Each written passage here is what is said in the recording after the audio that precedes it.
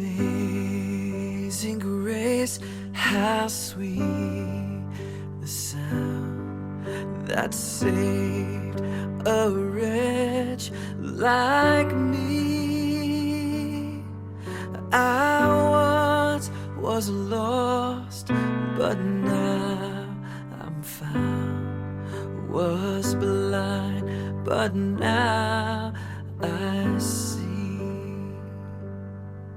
'Twas grace that taught my heart to fear, and grace my fears relieved. How precious did that grace appear the hour I first believed. My chains are gone, I've been set free. My God, my Savior has ransomed me.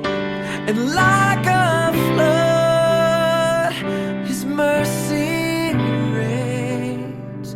Unending love, amazing grace.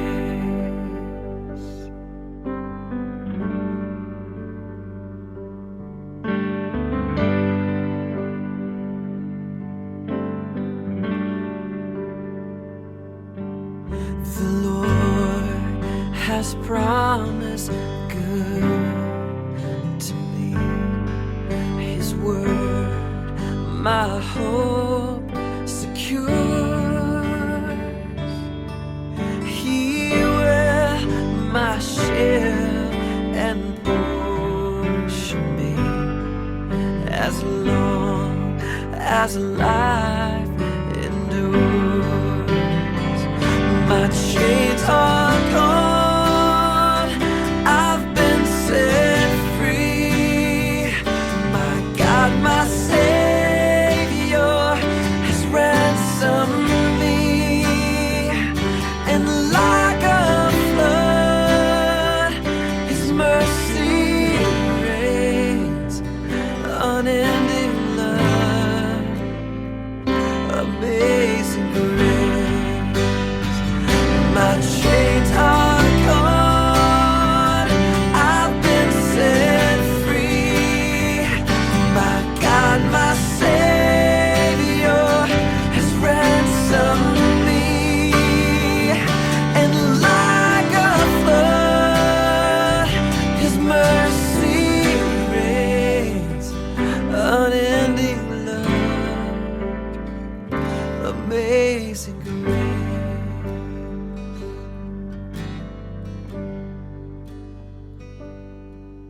The earth shall soon dissolve like snow. The sun forbear to shine. But God, who called me here below, will be forever mine. Will be forever mine.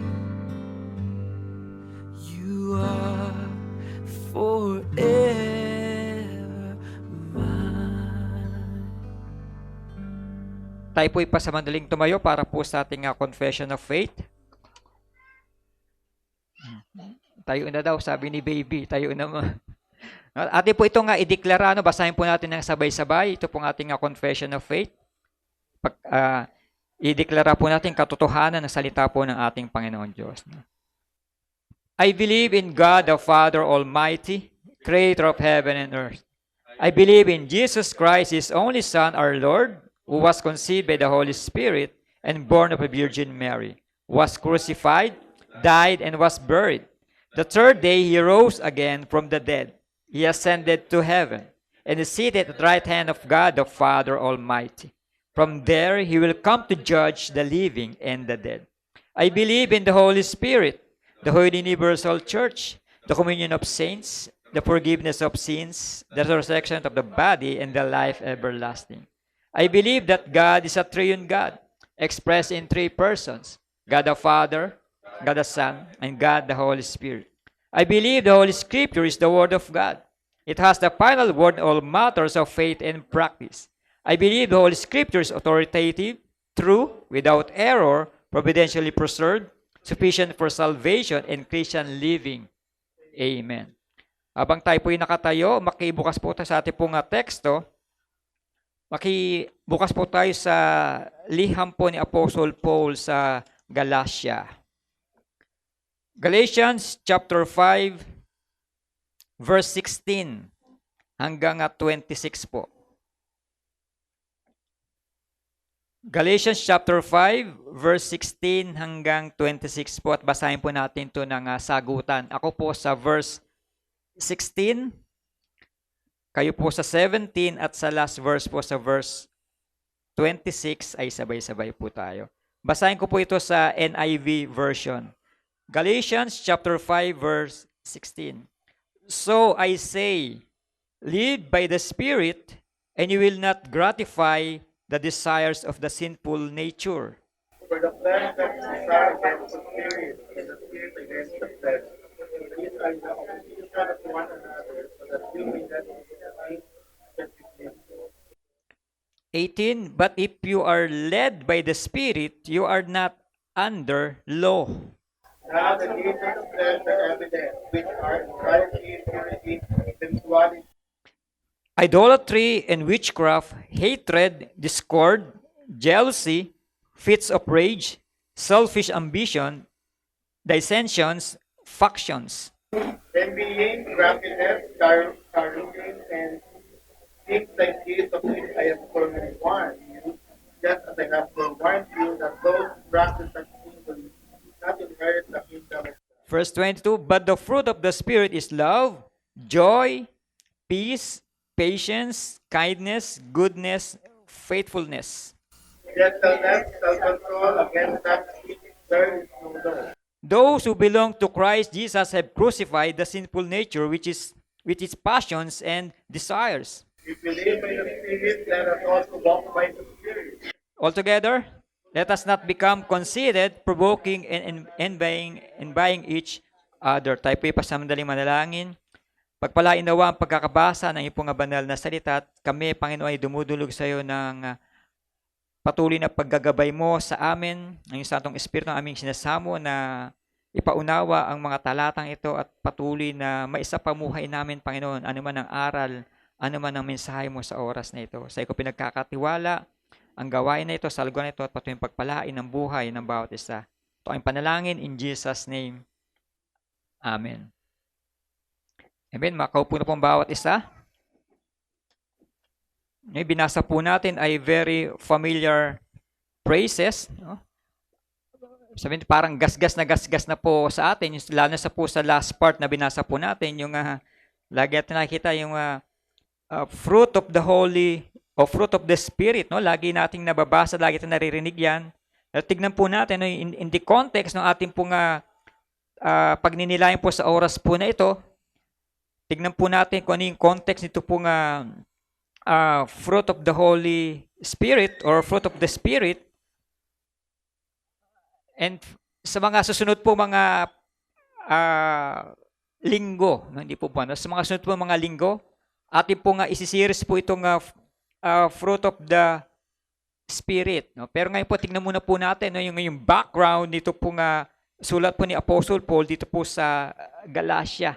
Ito po Galatian letter po no, na sinulat po ni Apostle Paul. Actually, ito po isa sa mga paalala po no, sa mga taga-Galatia kung saan ang mga tao po doon, mga Kristiyano po doon ay mga Kristiyanong yung iba po ay tumatalikod sa pananampalataya at yung iba po ay bumabaling sa ibang mga katuruan. Sila nga po ay napasok na mga false teachers, false prophet.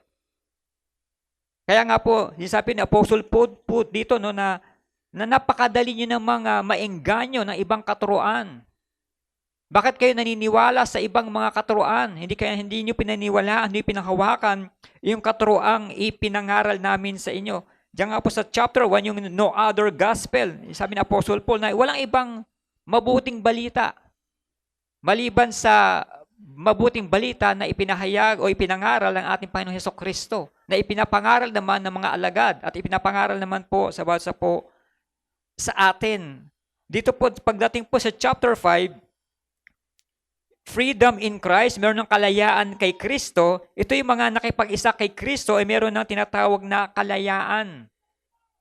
No, hindi po yung kalayaan sa Quezon City, no, kalayaan kay Kristo. At lagi rin sinasabi ni Apostle Paul na itong kalayaan na meron tayo kay Kristo ay malaya na hindi pwedeng gamitin natin itong kalayaan ito na gawin natin ang mga gusto natin gawin. Hindi porke ikaw'y malaya na ay gagawin mo ang gusto mong gawin. Kung ikaw'y lumaya na sa kulungan, hindi mo na gagawin ang mga bagay na naging dahilan kung bakit ka nakulong. Kundi ikaw'y isa sa ayos mo na iyong buhay. Mamumuhay ka na ng maayos, mamumuhay ka na ng sumusunod sa batas, no? Batas ng bansa. At dito po, sa chapter 16 hanggang chapter 5, verse 16 hanggang 26, ating pong talakayin at ating pag-aralan, pag nila ito pong life by the Spirit or live by the Spirit. Mamuhay ayon sa Espiritu. At ito isa sa mga encouragement ni Apostle Paul na bakit niya in-encourage itong mga taga-Galatia na sila ay mamuhay ayon sa Espiritu. At ini-encourage din ba sa atin na tayo ay mamuhay ayon sa Espiritu, hindi po ayon sa takbo ng mundong ito. Kundi ayon sa Espiritu, ayon sa Santong Espiritu, ayon sa Espiritu po ng ating Panginoong Diyos. Kaya kung susuriin po natin ating mga buhay, paano po ba tayo namumuhay? Ngayon ay masaya tayo. Halos ang buong Pilipinas o yung buong mundo ay masaya dahil malapit na yung Pasko. Masaya ang mga tao ngayon kasi may 13-month pay, may 14-month pay, may 15-month pay pa. At may bonus pa na tinatawag. No? Sino nakatanggap na rito ng bonus? No? Hindi po 13-month pay, bonus. No? Tingnan ko yung mga mukha ng mga ngiti ng mga kapatid ko rito. Yung mga ngiti hanggang tenga, natanggap na yung kailang mga 13-month pay siguro, no? Kaya masaya. No, masaya po ang tao ngayon.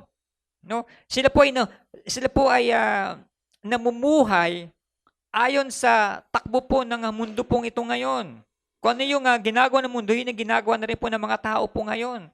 Pero yung encouragement po ni Apostle Paul sa mga taga-Galatia is to live by the Spirit. Mamuhay ayon sa Espiritu ng Diyos. Kaya ngayon susuriin po natin po mga sarili kung tayo po ba talaga ay namumuhay ayon sa Espiritu ng Diyos. Hindi ayon sa takbo ng mundong ito, hindi ayon sa Espiritu ng mundo ngayon. Sa verse 13, sabi po ni Apostle Paul, you, my brothers, were called to be free. But do not use your freedom to indulge the sinful nature. Rather, serve one another in love. Binanggit niya una yung love dito. No, dito po, sa ating po pagninilayan, meron po itong dalawang contrast o magkabanggang mga bagay. Ito yung tinatawag na living in the Spirit and living in the flesh. Yung mamuhay sa Espiritu ng Diyos at yung mamuhay sa pita ng laman. No, tayo po ay nasa laman, tayo po ay nasa flesh. Hindi po natin maitatanggal yung kasalanan na meron po tayo. Ngayon, tingnan muna po natin, isabi po ni Apostle Paul po sa verse 16, so I say, live by the Spirit. Meaning to say, una po, walk according to the Spirit. Paano tayo dapat mamuhay? Walk according to the Spirit. So I say, walk by the Spirit and you will not gratify the desires of the flesh. Because we are called to be free. Tinawag na po tayo, yung mga sumampalataya kay Kristo, yung mga nanampalataya kay Kristo, tayo po yung mga pinatawad na. Kaya nga tayo mga free man. Tayo po yung mga malaya ng tao, hindi na po tayo bound. Hindi na po tayo under ng kasalanan. At hindi na tayo under the law. Because we are under grace. Una po, call to be free. Ano po yung call to be free? Nasasabi ni Apostle Paul, we are called to be free. Called to be free, not a license to sin, but to serve one another. Itong kalayaan na meron tayo, hindi ito para gawin natin. Kasabi ko kanina na itong freedom natin, hindi ito yung maging lisensya natin upang gawin natin ang gusto nating gawin. Bakit ito yung kalayaan na meron tayo, ito yung license natin para tayo makapaglingkod sa bawat isa, mapaglingkuran po natin ang bawat isa. Focuses on Christian freedom in Christ. Kaya ito po yung nagpapakita, no? A call to serve one another in love, fulfilling the law. Isa ito sa mga nagpo-fulfill sa kautusan po. Yung mahalin natin ang bawat isa, mahalin natin ang ating kapwa, which is the second commandment. What is the greatest commandment? Love the Lord your God.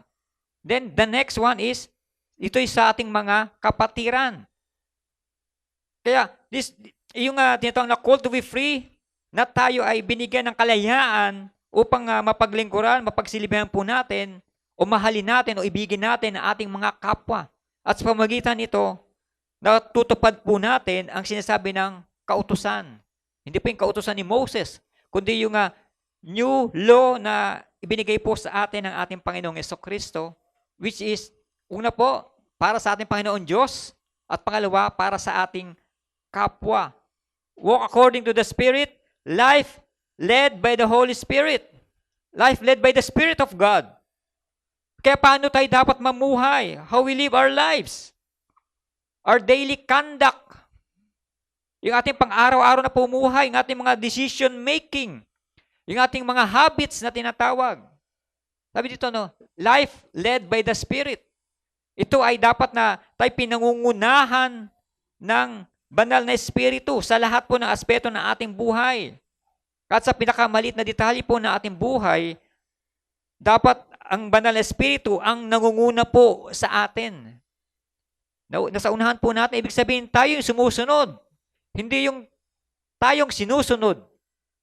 At hindi rin sa gilid natin, nakasabay natin, kundi nasa unahan natin, gumagabay, nangunguna, at tayo yung sumusunod sa dikta ng Santong Espiritu. Kaya kung susuriin po natin, ito po ay ibinigay po sa mga mananampalataya. At kapag pinag-usapan na life led by the Holy Spirit, ito yung mga taong merong Santong Espiritu, merong Espiritu ng Diyos. Kailan ba nagkakaroon o kailan ba na-acquire yung banal na Espiritu? Kailan ba siya ipinagkakaloob? Paano ba nagkakaroon? Paano pa tayo ma-fulfill ng banal na Espiritu? Ito yung from the time na ikaw ay sumampalataya kay Kristo. Ibinigay mo yung buong pagtitiwala, yung buong paniniwala kay Kristo, yung tawag na faith. Yung time po na yun, ikaw ay sumampalataya kay Kristo, ibinigay mo yung buhay sa Kanya.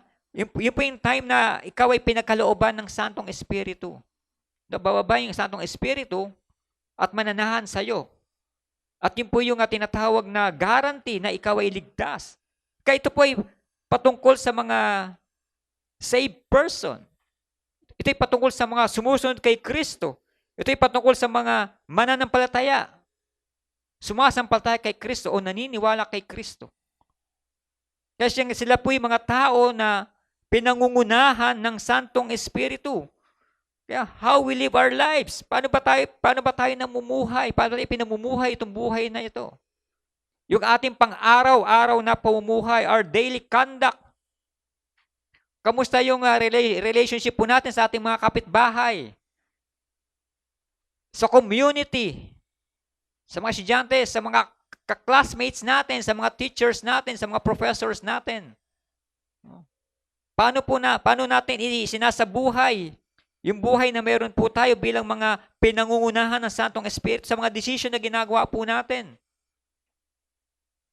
Kailan natin kinonsider yung decision ng ating Panginoong Diyos? Kailan natin kinonsider o hiningi yung approval ng ating Panginoong Diyos sa mga desisyon na ginagawa po natin?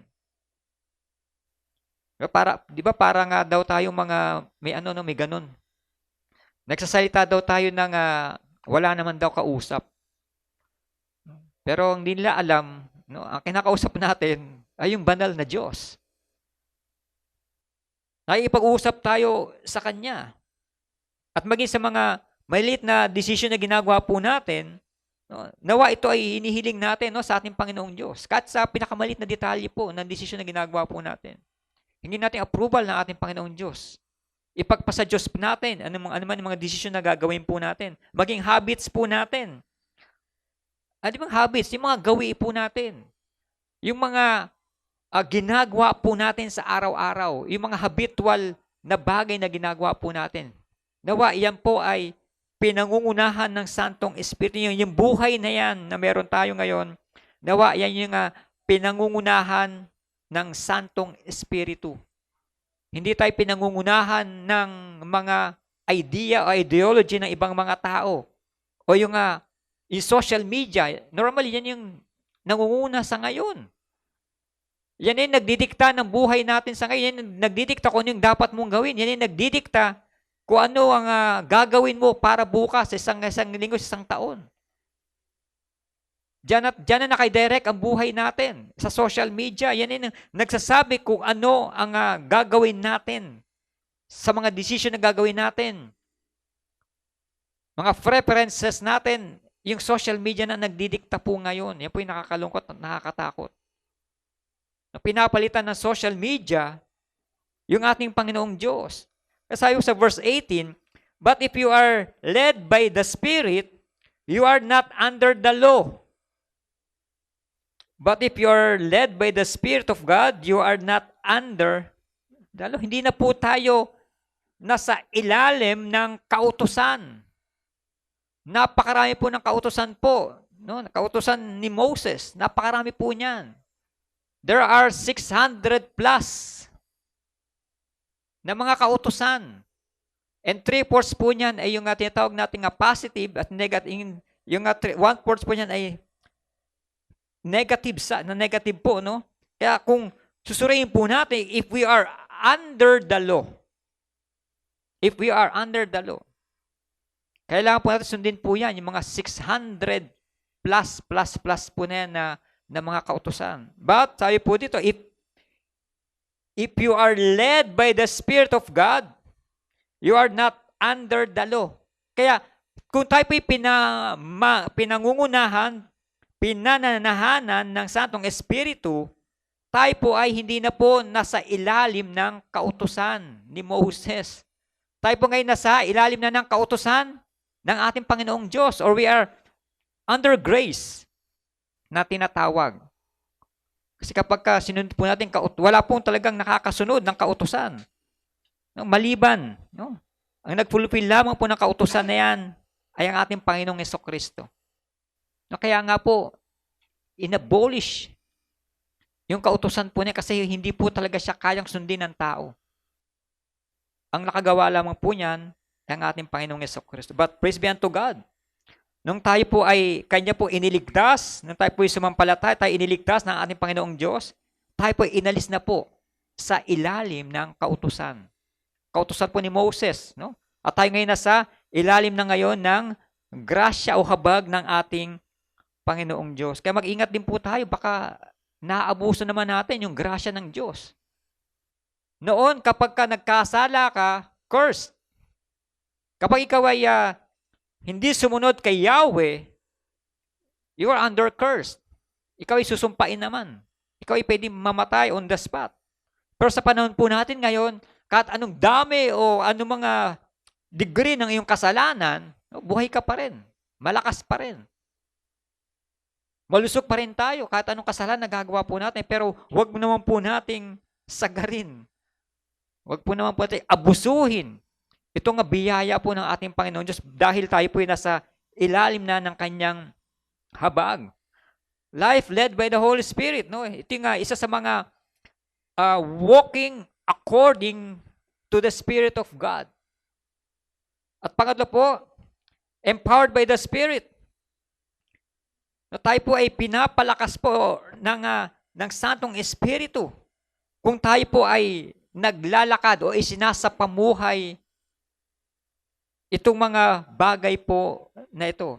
So I say, walk by the Spirit, and you will not gratify the desires of the flesh. Sabi po sa verse 16. Yun po yung susi po dun. Walk by the Spirit. Kung gusto mong ikaw ay pananahan, tayo ay pagharian, tayo po ay palakasin, bigyan ng kapangyarihan, no? Hindi po nakapangyarihan na lumipad, kundi kapangyarihan na masunod yung katwiran ng Diyos, masunod yung mga kalooban ng Diyos. Walk by the Spirit. Empowered by the Spirit. Yung pinagpapalakas po sa atin, yung Santong Espiritu. Kaya nga po, sa panahon natin ngayon, marami mga tao talaga ang nangihina. No? Kaya yung Friday po, yung ating pong topic sa prayer meeting is about spiritual dryness. Lahat po tayo nakakaranas po niyan. Dumadating po tayo sa punto na tayo po ay nangihina spiritually. Pero hindi po yung backsliding na tinatawag. Ang tawag po dyan ay nanlalamig. No? Kumbaga tayo pinangihinaan din dahil tayo ay nasa flesh pa. And even mga theologians, mga great theologians ay nagkakaroon din ng spiritual dryness. Even King David, King Solomon. Sabihin lahat ng mga Bible characters, lahat din po sila ay nakaranas ng spiritual dryness. No, kaya nga, kapag tayo ay hindi pinalalakas ng Santong Espiritu, mararanasan po talaga natin spiritual dryness. Kasi nagpifuel sa atin yung Santong Espiritu. Kaya kung wala nagpifuel sa atin, wala nagpapalakas sa atin, babagsak at manghihina po talaga tayo. Kaya kailangan po natin ating maglakad, kailangan natin magpatuloy ng naayon sa gawa ng Santong Espiritu. Walk according to the Spirit.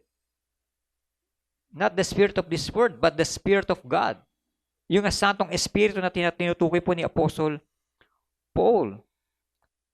At pangalawa po, in contrast dito po sa walk according to the Spirit na tinutukoy ni Apostle Paul, at ito naman yung mga desire ng mga tao. Walk according to the flesh. In contrast to the works of the flesh, yung work according to the Spirit. At pangalawa po, walk according to the flesh.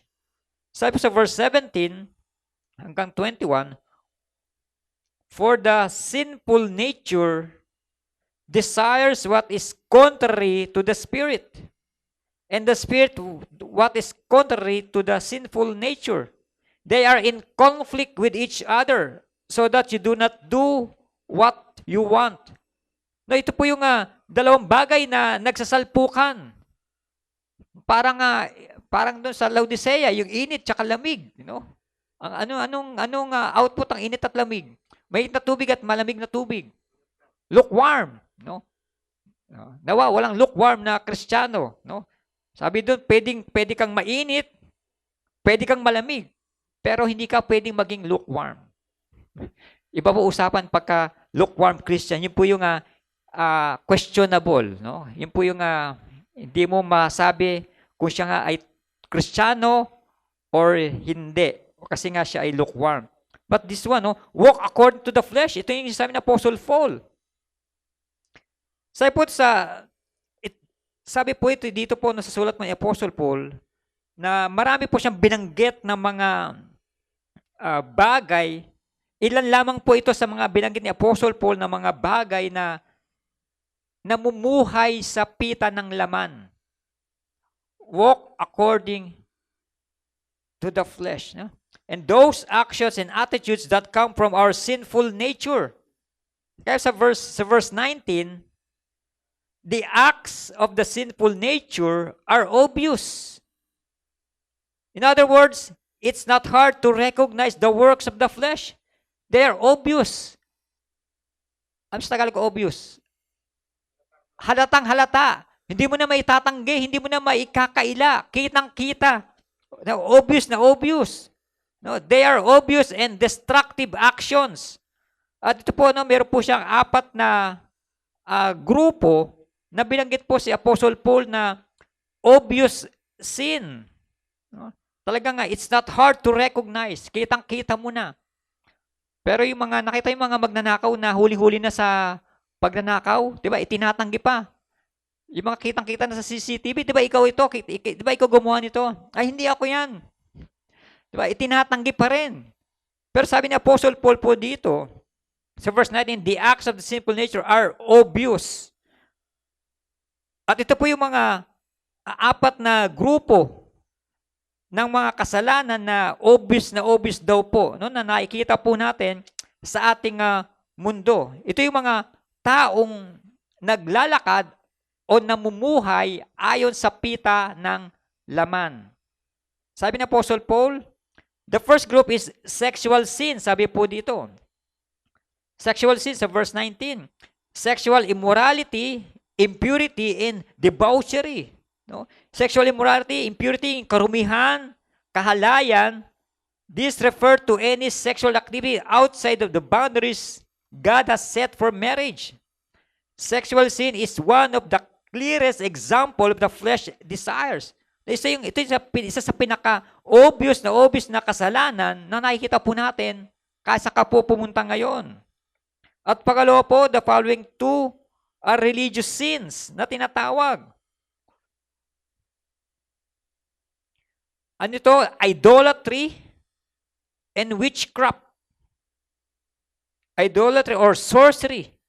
These represent worshiping anything other than God and engaging in practices that seek power apart from God.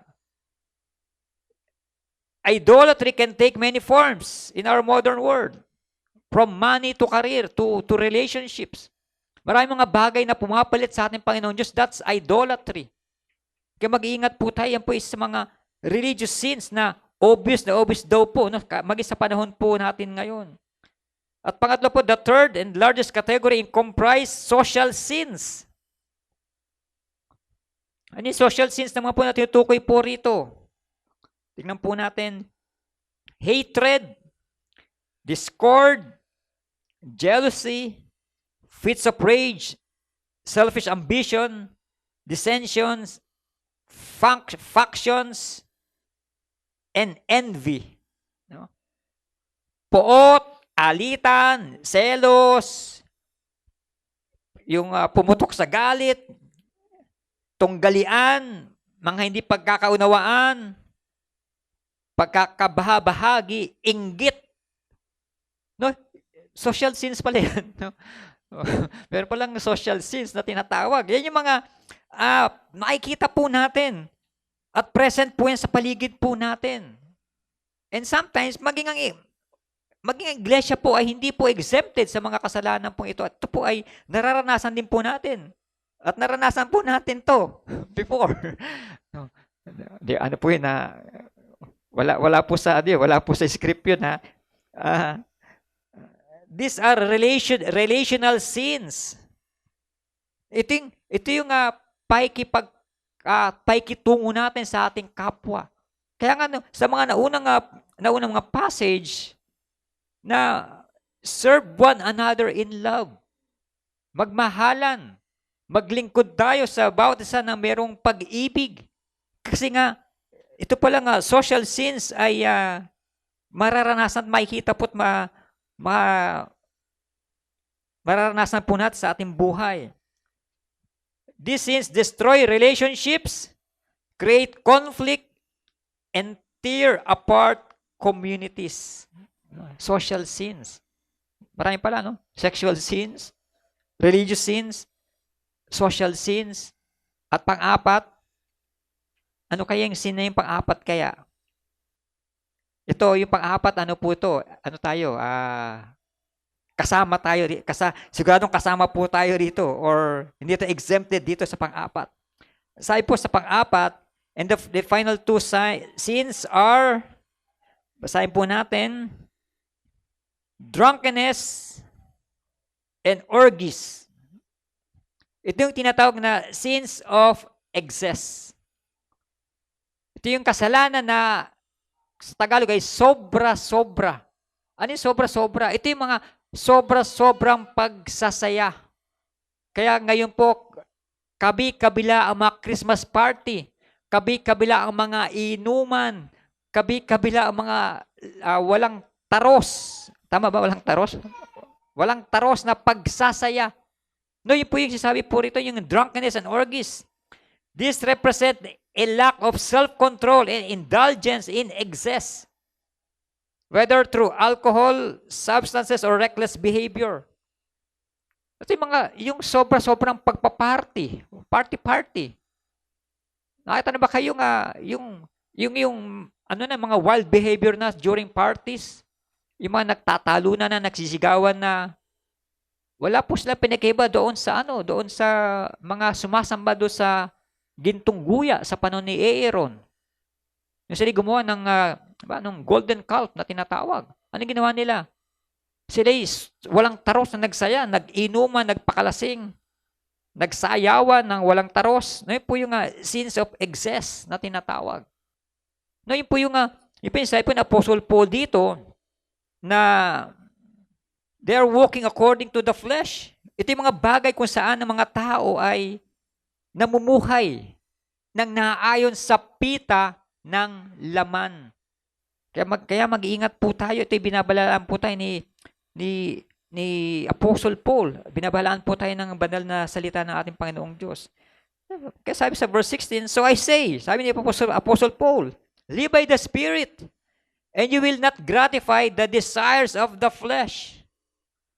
Paano natin mapaglabanan daw? Mamuhay ayon sa Espiritu ng Diyos. Kung meron tayong Espiritu ng Diyos, mamuhay tayo kung anong meron tayo.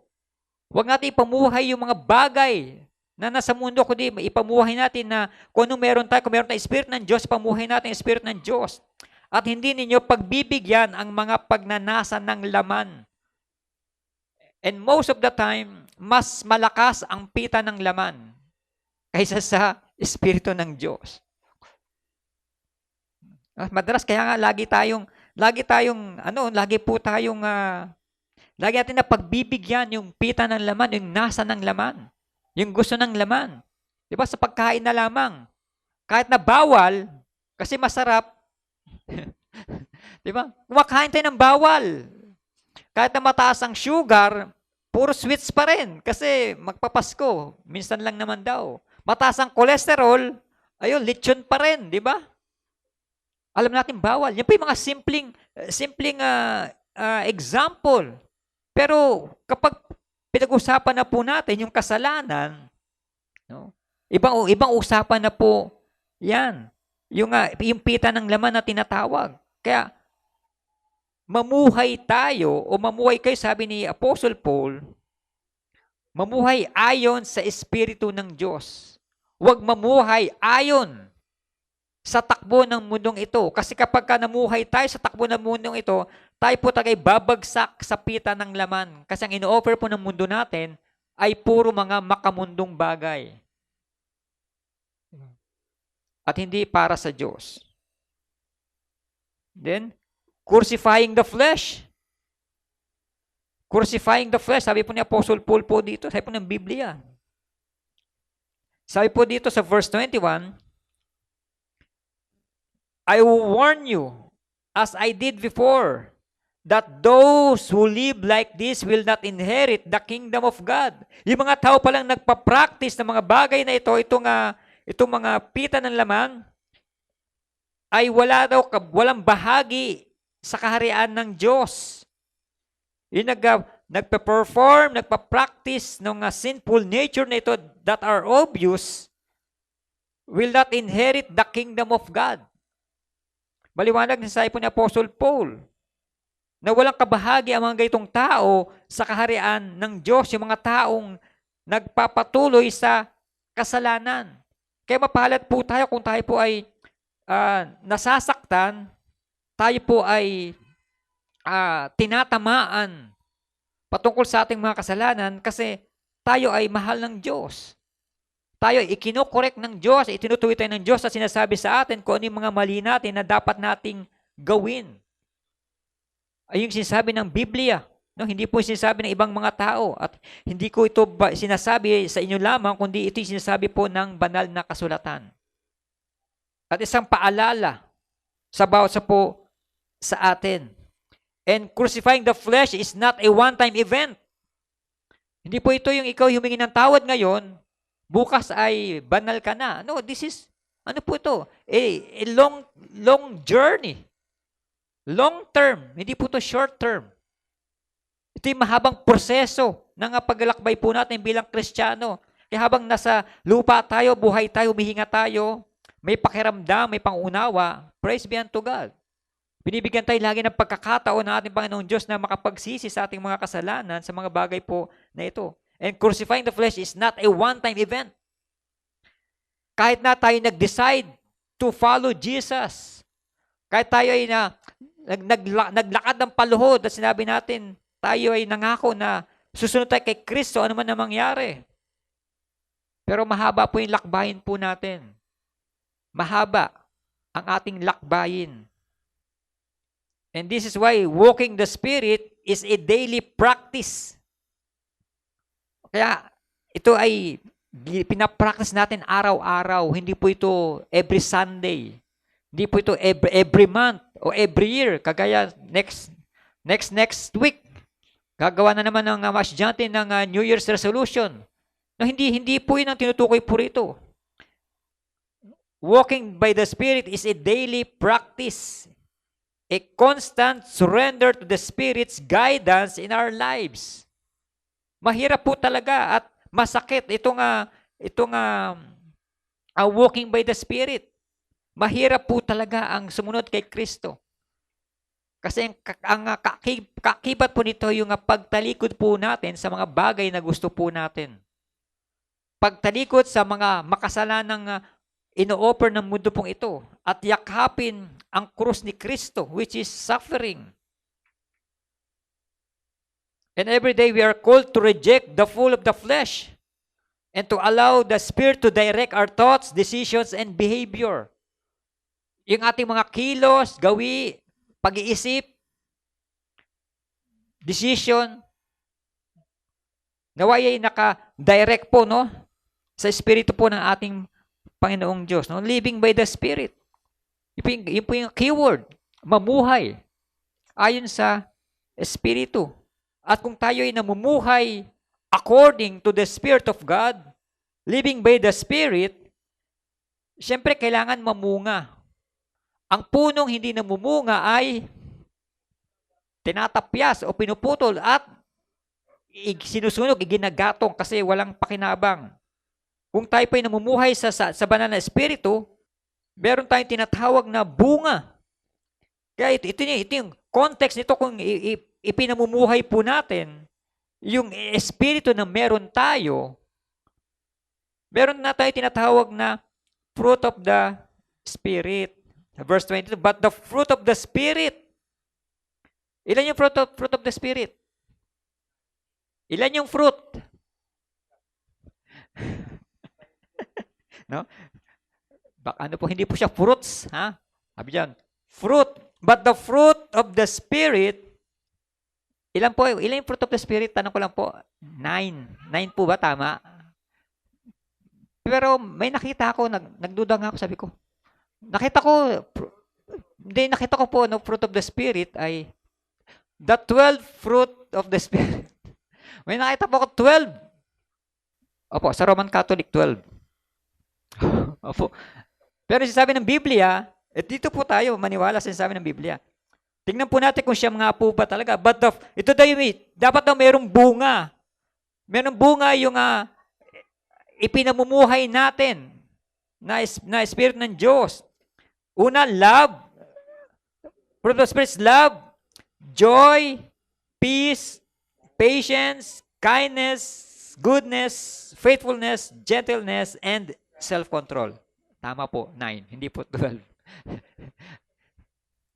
Sa kanila may modesty pa na tinatawag. May modesty pa, no? Isang bunga, na compose po siya ng siyam na bagay. Pero isang alam po yan, isang prutas lamang, isang Prutas tuloy. Isang bunga. Mali pa ka, magkamali tayo. Isang bunga po, no? No, ito po yung bunga ng Espiritu. Isa lamang po yan, pero marami siyang nakapaloob po sa loob na yon. Anong prutas ang alam nyo na maraming vitamins and minerals? Diba? Isang prutas. Pero ang dami niyang vitamins tsaka minerals. Parang ganun po yun, di ba? Isang prutas, pero ang dami niyang sangkap po doon sa loob. At na po yung tinatawag na love, sabi po dito. Inuna po rito yung love. Paul speaks of the fruit of the Spirit, not fruits. This suggests that these qualities are not separate or independent from one another. Ito po ay, hindi po pwede itong magkulang. Dapat ito po ay kumpleto. At inuna po dito, yung love. Ito yung una sa mga fruit of the Spirit. Dapat meron tayong love. The self-giving love that seeks the good of others. This modeled after Christ's love for us. Ito yung ipinakitang pag-ibig ni Kristo po sa atin, yung sinacrifice ng kanyang buhay.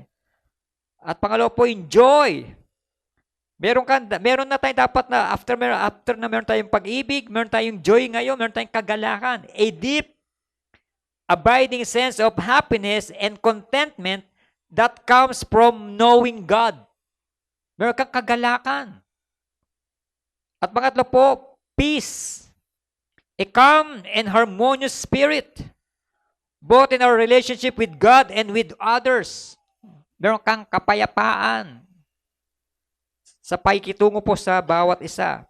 Pang-apat po, fruit of the Spirit, patience. Ito yung isa sa pinakamahirap din, no?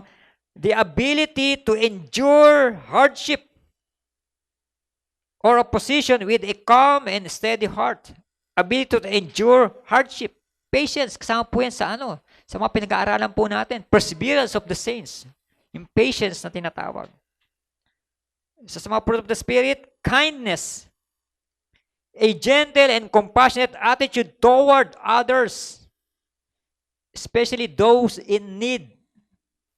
Kindness. At pang-anim, goodness. A moral integrity and desire to do what is right. Kung papipiliin kayo, anong gusto yung gawin? To do what is good or to do what is right? Di ba? Pares po dapat natin gawin yan. Yung goodness po ay, it is a moral integrity that and desire to do what is right. Gawin ko ano yung tama at nararapat. And pangpito, sa mga fruit of the Spirit, faithfulness. This loyalty and dependability in our relationships and in our commitments to God. At pangwalo po, gentleness. A humble and considerate spirit. Treating others with care and respect. At pinakahuli sa fruit of the Spirit na binabanggit po rito at ibinibigay sa atin na dapat meron tayo or nagkakaroon na tayo or nade-develop na sa atin o lumalago na, tumutubo na sa atin, yung panghuli po ay yung self-control. Isa itong mahirap, no? Self-control. Lalo po ngayon, di ba? Pasko na naman. Bagong taon na naman. Kabi-kabila na yung kainan, kabi-kabila na yung mga parties, mga fellowships. Self-control do sa lahat ng mga bagay na hindi maganda, lalo na po sa mga kakainin natin ngayong Kapaskuhan. The ability to control our impulses and desires. This is living a disciplined life. Mamuhay tayo na mayroong disiplina sa ating mga sarili.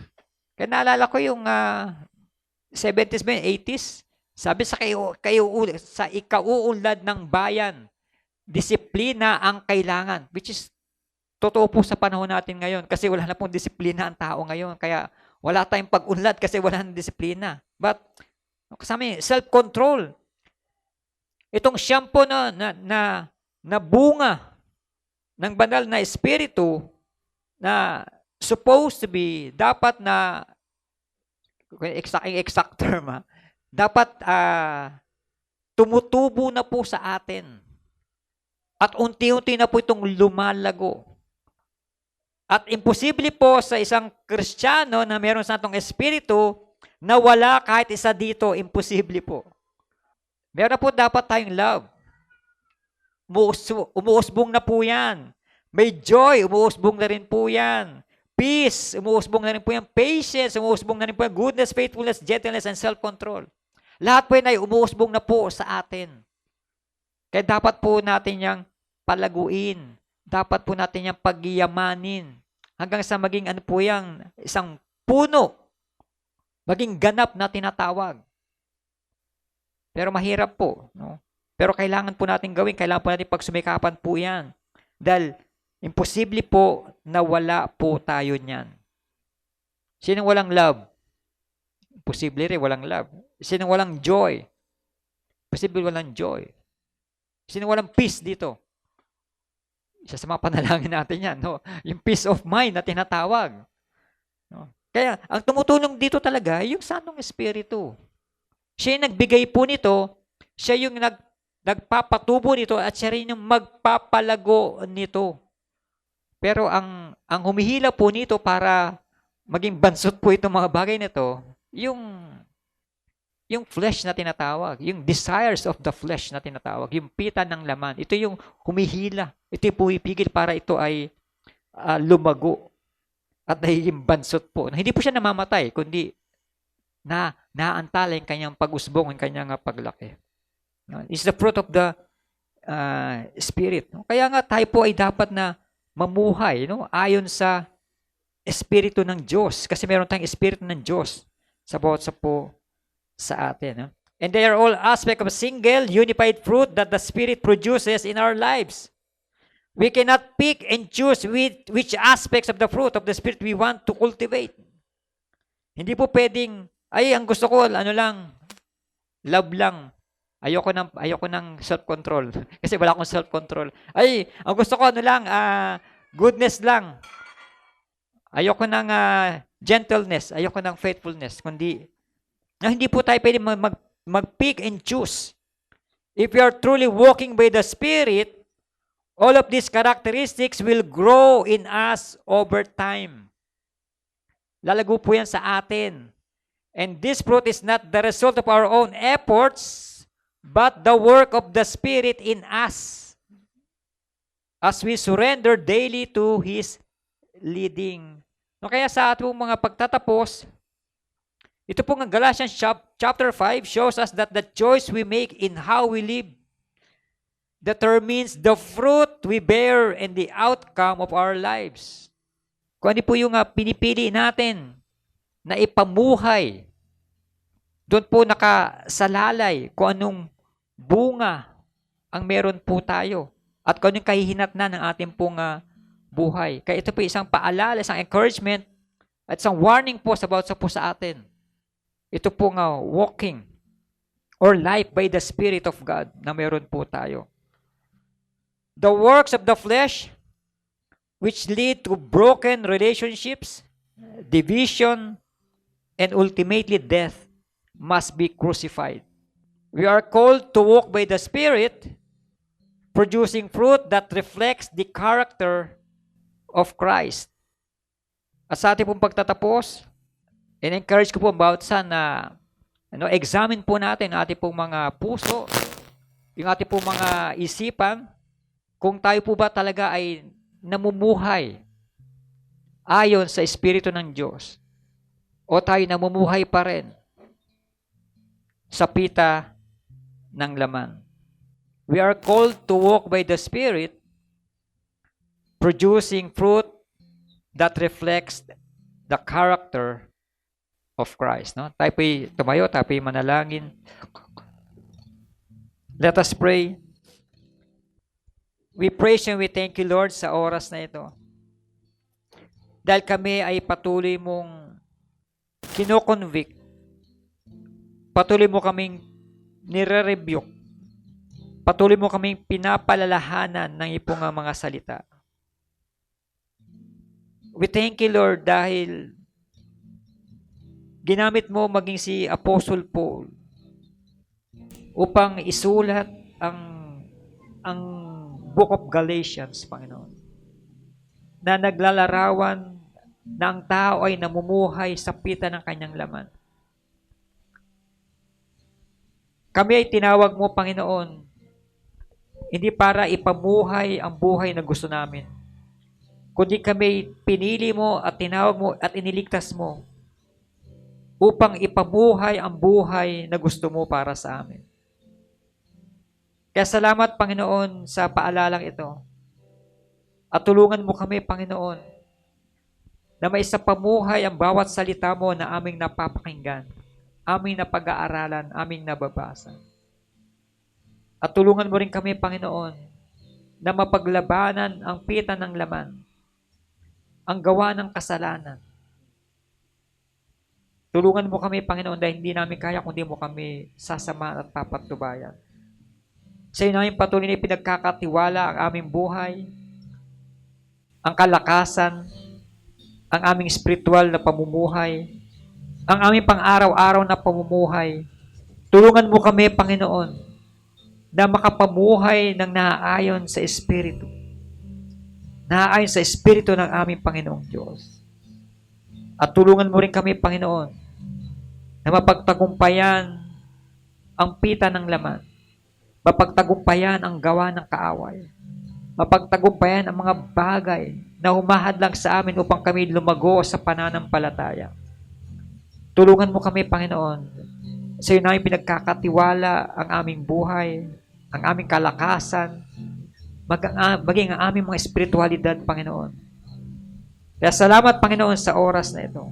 At patuloy kami dumudulog at patuloy na itinataas sa iyo, Panginoon, ang aming buhay. Ang kalakasang pisikal at maging ang kabuhayan ng bawat isa. Nawa, Panginoon, patuloy magkatagpuin ano man ang pangangailangan ng mga kapatid kong ito. Ikaw ang nakakaalam, Panginoon, ano ang aming mga pangangailangan. Bagito man sa relationship, bagito man sa financial, bagito man sa spiritual, o sa ano pa mang mga bagay, o ito'y emotional, Panginoon. Bagito'y sa aming mga kaisipan. Lord, katagpuin mo nawa anuman ang aming mga kakulangan, anuman ang aming pangangailangan. At lalong-lalo na, Panginoon, katagpuin mo ang pangangailangan namin sa aming spiritual na buhay. Sa iyo namin ito itinataas at pati pinagkakatiwala. At salamat, Panginoon, sa iyong salita na nabibigay sa amin ng kaliwanagan, na kami tinawag mo, pinili mo, upang mamuhay ng naaayon sa iyong kagustuhan, ng naaayon sa iyong dakilang layunin. We thank you, Lord, sa oras na ito. And we thank you, Lord, sa presensya ng bawat isa. Sa iyong mga anak na dinako mo rito, patuloy pang pagpalain, Panginoon, ng buhay ng mga kapatid kong ito. Patuloy pa silang pagpalain sa kailang pang-araw-araw na pamumuhay at ilayo sa anumang uri ng kasalanan. Pagkus bigyan kami, Panginoon, ng kalakasan na nagmumula sa iyo, ng discernment na nagmumula sa iyo, Panginoon, upang patuloy na mapagtagumpayan anuman ang gawa ng kaaway, anuman ang gawa ng mundong ito, at patuloy na manahan sa iyong banal na presensya.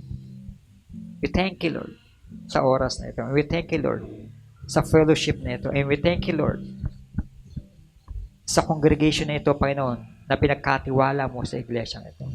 Patuloy magkatagpuin anuman aming pangangailangan. And to Him who is able to keep you from falling, and to present you faultless before His presence with exceeding joy. To the only wise God, our Savior, be glory and majesty, dominion and power both now and evermore.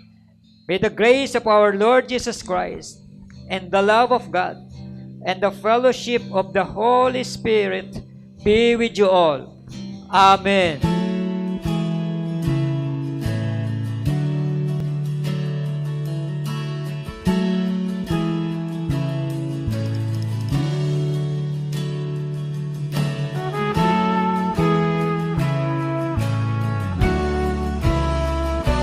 May the peace of God our Heavenly Father and the grace of Christ the risen Son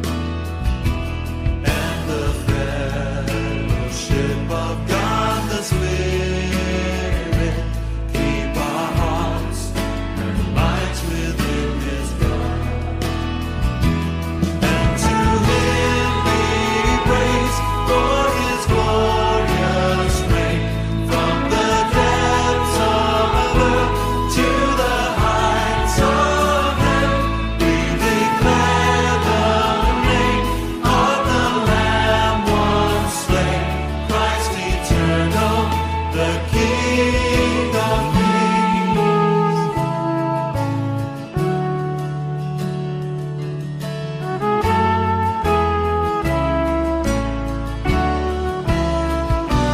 May this peace, which passes understanding, and this grace, which makes us what we are, and this fellowship of His communion, make us one in spirit and in heart. And to Him be praise for His glorious reign, from the depths of earth to the heights of heaven. We declare the name of the Lamb once slain, Christ eternal, the